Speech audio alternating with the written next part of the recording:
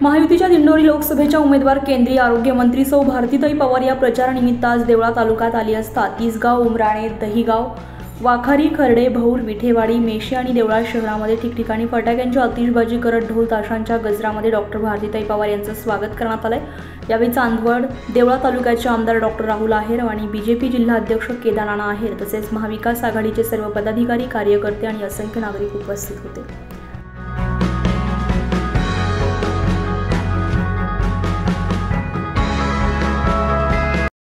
माझे सर्व बांधव दिंडोरी लोकसभेच्या उमेदवार आदरणीय भारतीताई पवार हे या ठिकाणी उपस्थित राहिलेले आहेत। त्यांचे आशीर्वाद घेण्यासाठी तुमचे या ठिकाणी आलेले आहेत। व्यासपीठावर सर्व मान्यवर,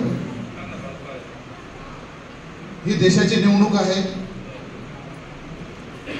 आदरणीय मोदींच्या नेतृत्वाखाली गेल्या 10 वर्षांमध्ये अनेक विकासात्मक कार्यक्रम आणि हे कार्यक्रम असताना निश्चितपणे एक देशाला एक दिशा द्यायचं काम या ठिकाणी केलेलं आहे।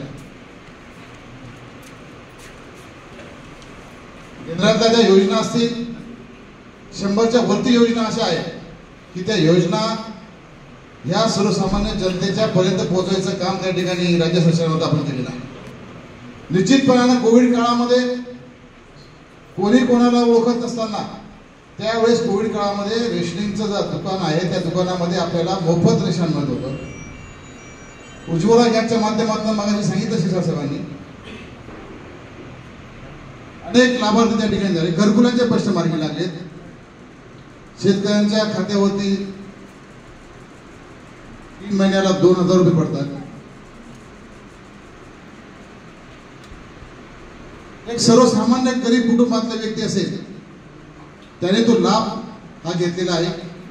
कोविड काळामध्ये जे लस दिली गेली ती लस मोफत लस त्या ठिकाणी शासनामार्फत देण्यात आली।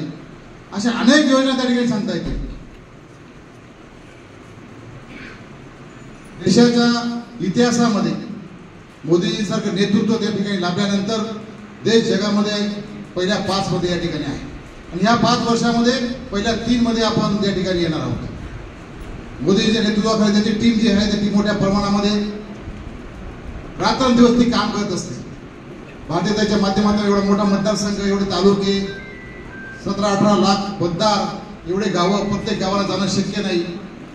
मधल्या काळामध्ये त्यांचे 2.5 वर्षापूर्वी त्याची मंत्रिपदाच्या सांभाळल्यानंतर पूर्ण देशामध्ये त्यांचा प्रवास करत असताना साहजिक ते स्वाभाविक आहे थोडासा गॅप पडला। पण तुमचे जे कामं असतात, तुमचे जे दैनंदिन रुटीन असते ते आमच्या मार्फत तुम्ही आमच्याकडे येतात, ते कोणाकडे जातात? बरोबर आहे ना? मग आम्ही दुवा मंत्र्यांमधून तुमच्यामधून आम्ही दुवा म्हणून त्या ठिकाणी काम करत असताना जे जे करता येण्यासारखं आहे तो तेपर्यंत आपण गावासाठी, विकासासाठी, सर्वसामान्य जनतेसाठी प्रामाणिकपणे करायचा प्रयत्न केलेला आहे। आम्ही बरोबर त्यावेळेस काही या घड्याळाचे नाव उभे होते। आम्ही प्रचंड अशी मेहनत त्यावेळेस ताईंसाठी घेतली होती, परंतु त्यावेळेस लाट अशी होती त्या लाटेमध्ये आम्ही सगळं वाहून गेलो। आमचा कुठे टिकाव लागला नाही। नंतरच्या काळामध्ये 2019 मध्ये चांदवडला जो कार्यक्रम झाला त्यावेळेसही ताई घड्याळाच्या निशाणीवर प्रचंडपणे आग्रही होत्या।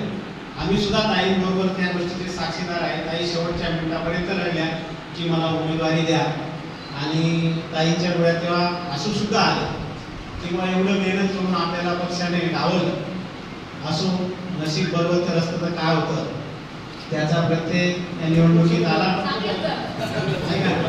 त्याचा प्रत्यय या निवडणुकीत आला।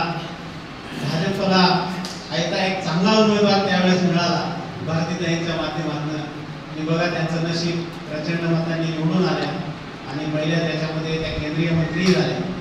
म्हणून नशीब बरोबर असतं तर काय होऊ शकतं याचं ते जिवंत उदाहरण आहे। आणि मधल्या काळामध्ये आता अजितदादा हे युतीमध्ये सामील झाले आणि म्हणून आम्ही अजितदादा गटात असल्यामुळे नैसर्गिक आमच्याकडे युती झालेली असल्यामुळे आम्हाला आता भारतीताईंचं काम करणं हे क्रमप्राप्त आहे। बऱ्याच ठिकाणी आपण फिरत असताना ताई आल्या नाही असा पण कुठे ऐकायला येतं, परंतु मी तुम्हाला या ठिकाणी असं सांगू इच्छितो की लोकसभा मतदारसंघ हा भारतीताईंचा 9.5 तालुक्याचा मतदारसंघ आहे। आणि केंद्रीय मंत्री म्हटल्यानंतर केंद्रीय मंत्र्याला किती प्रचंड काम असतं हे आपल्याला इथे बसून समजू शकत नाही. जो माणूस दिल्लीला गेला जेव्हा त्यांच्या मंत्रालयात जातो तेव्हा कळतं की केंद्रीय मंत्र्याला किती काम असतं. म्हणून या 1300 गाव 9.5 तालुके म्हणजे जवळपास 1300 गावांचा हा मतदारसंघ आहे आणि भारतीताई पवार असो किंवा कोणीही खासदार असो प्रत्येक गावात पोहोचू शकत नाही. म्हणून लोकांना असं वाटतं की ताई आल्या नाही. ही नाराजी कृपया सगळ्यांनी मनातून काढून टाकावं, कारण 1300 गावांमध्ये कुठलाही देव जरी आला तरी देव पोहोचू शकत नाही अशी परिस्थिती या लोकसभा मतदारसंघाची आहे. आणि खरं म्हणजे खासदाराला प्रश्न विचारताना हे जे छोटे मोठे प्रश्न असतात जे खासदारच्या लेवलचे प्रश्न नसतात, खासदारांना प्रामुख्याने की आपला देश कोणत्या पातळीवर आहे, देशाची आर्थिक स्थिती काय, असे वेगवेगळ्या प्रकारच्या खासदारांचे जे छोटे छोटे प्रश्न जे असतात, खालचे रस्ते झाले नाही किंवा काय समस्या असतील हे आमदार साहेबांसारख्यांना सांगितलं पाहिजे. रस्त्यांच्या समस्या छोट्या मोठ्या गोष्टी असतील, केदारनाथांसारखे पुढारी आमच्यासारखे पुढारी आम्हाला सांगितलं पाहिजे. खासदारांचे प्रश्न वेगळे असतात, आमदारांचे प्रश्न वेगळे असतात. म्हणून काही गोष्टी आपण विनाकारण खासदारांवर नाराज होतो की काही तुम्ही आल्याने हे प्रश्न सोडवले नाही. कृपया ह्या गोष्टी पण आपण मनातून काढून टाकल्या पाहिजे. आणि भारतीताई अतिशय कामाला सज्ज अशा उमेदवार आहेत, त्यांचा कामाचा आवाका आपण पाहिलेला आहे. म्हणून जे काही मनात आपल्या किंतु परंतु नाराजी असेल ती आपण काढून टाकावी आणि येत्या 20 तारखेला भारतीताईंना आपण प्रचंड मतांनी विजयी करू असा आपण या ठिकाणी निर्धार करू. मी पुन्हा आपल्याला एक आवाहन करतो, येत्या 20 तारखेला आपण आपल्या मित्रांचं नातेवाईकांना सांगा आणि भारतीताईंना प्रचंड मतांनी निवडून आणा आणि यापुढे भारतीताई आपल्या कामी येतील असं मी मान्य आहे. तुमची नाराजी आहे, तुमच्या मुलीवर तो राग काढा, तुम्ही नक्की राग काढा. 5 वर्षात आल्या नाही, फोन उचलला नाही. 10 तालुके आहेत, 10 तालुके आहेत, 1300 गावं आहेत. कुठल्याही खासदाराला पोहोचणं, बघा कोणीतरी एक व्यक्ती मागून डिवचण्याचं काम चाललंय. त्याच्यामुळे मुलीचं ऐकून पण घ्यायला काही लोकांनी ठरवून ठेवलेलं आहे. पण घाबरू नका, उमराणकरांची मुलगी आहे, कमी पडणार नाही. हे सुद्धा इथेच बोलते, माझ्या भावांसमोरच बोलते. मला माहिती आहे राग रोष किती असो, पण ताईला काही झालं तर पहिल्या वेदना कोणाला होतील? खरं सांगा, सांगा मला, सांगा मला. भावांनाच होती. मी विनंती करते, 2 मुद्देच मांडते, जास्त बोलत नाही. पाण्याचा प्रश्न आहे तोही आम्ही सोडवतो आहे. दादांनी सांगितलं आहे कॅनलचं काम पूर्ण झालं, याची मीटिंग झाली. पाऊस कमी असल्यामुळे टेस्टिंग झाली नाही, पावसामुळे ती टेस्टिंग राहिली, ती झाली की तोही मुद्दा मार्गी लागेल. दुसरा प्रश्न राहिला कांदा प्रश्न, द्राक्ष प्रश्न. माझ्या जिल्ह्याची ओळख आहे, हे मी 5 वर्षापासून बघते. कांदा प्रश्नावर मी सुद्धा भांडते, हे तुम्हालाही माहिती आहे. 5 वर्षापासून निर्यात खुली होती, आता 2 महिने बंद होती, ती सुद्धा खुली झालेली आहे. परंतु निर्यात खुली असताना सुद्धा कांद्याचे दर कमी झाले होते, हे पण मान्य करा. झाले होते की नाही? झाले होते की नाही? तेव्हा सुद्धा अनुदानासाठी आमचे सगळे नेते राज्य सरकारकडे गेले. हक्काचं सरकार असतं, ते अनुदान पण मिळालं. राहिला प्रश्न कांद्याचे भाव पडले, अजून काय पर्याय? हे बघा, पर्याय आणणारं सरकार आहे की नाही हे बघा. 60 वर्षात काँग्रेसने पर्याय काढला नाही, निर्यात बंदीच केली, तेवढेच थांबले. कांदा प्रश्न, द्राक्ष प्रश्न या जिल्ह्याकडे कोणी बघितलाच नाही.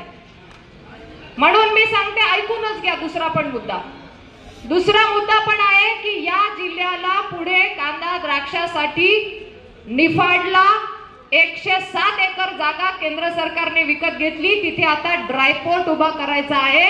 याचं कारण की जो कांदा एक्सपोर्ट होतो, जे द्राक्ष एक्सपोर्ट होतात, जे आज दुसरीकडे जावं लागतं, तिथे ट्रान्सपोर्टचा खर्च येतो, तो आपल्या जिल्ह्यातून सुरू करण्याचं काम 2014ला जेव्हा पंतप्रधान नरेंद्र मोदीजी झाले, त्यांनी सांगितलं या जिल्ह्याला आतापर्यंत असा एकही प्रोजेक्ट झाला नाही. त्यांनी केंद्रातली टीम पाठवली आणि आता त्या ड्राय प्रोजेक्टला कुठेतरी पुढे गती मिळते. ती जागाही खरेदी झाली आहे. सांगण्याचा मुद्दा हा की आम्ही लक्ष ठेवू नये. इतके वर्ष काही काम झालं नाही, आता जर ते काम पुढे होतंय, आपल्या हितासाठी होतंय, आपल्या कांदा प्रश्नासाठी होतंय, किमान ते तर बघा. किती जणांना माहिती आहे ड्रायपोर्टचा विषय? हात वरती करा. किती जणांना माहिती आहे? माहितीच नाहीये. कारण सांगते, विरोधक दुःखी आहेत, दुःखी आहेत ते. त्यांना माहिती आहे याच्यावर काम झालं तर आम्ही राजकारण कसं करायचं. कांदा प्रश्न माझ्यासाठी राजकारणाचा विषय नाही, माझ्यासाठी हा शेतकरी बांधवांच्या हिताचा विषय आहे. सत्तेत जरी सरकार असलं तरी भांडणारे आम्ही सगळे आहे. म्हणून हा ड्रायपोर्ट मार्गी लावायचा आहे. माझी हात जोडून विनंती आहे, हात जोडून विनंती आहे, हा ड्रायपोर्ट मार्गी लावण्यासाठी या बहिणीला आशीर्वाद द्या. नुकसान आपलंच होईल, नुकसान आपलंच होईल. कांदा प्रश्नावरच हा पर्याय आहे. आणि शेवटचा मुद्दा सांगते आणि थांबते. नक्कीच जेव्हा भाव कमी होतात तेव्हा केंद्र सरकारच्या योजना येतात. त्याचा सगळ्यात महत्त्वाचा म्हणून उत्तर महाराष्ट्र लाईव्ह साठी धनंजय पाटील, चांदवड.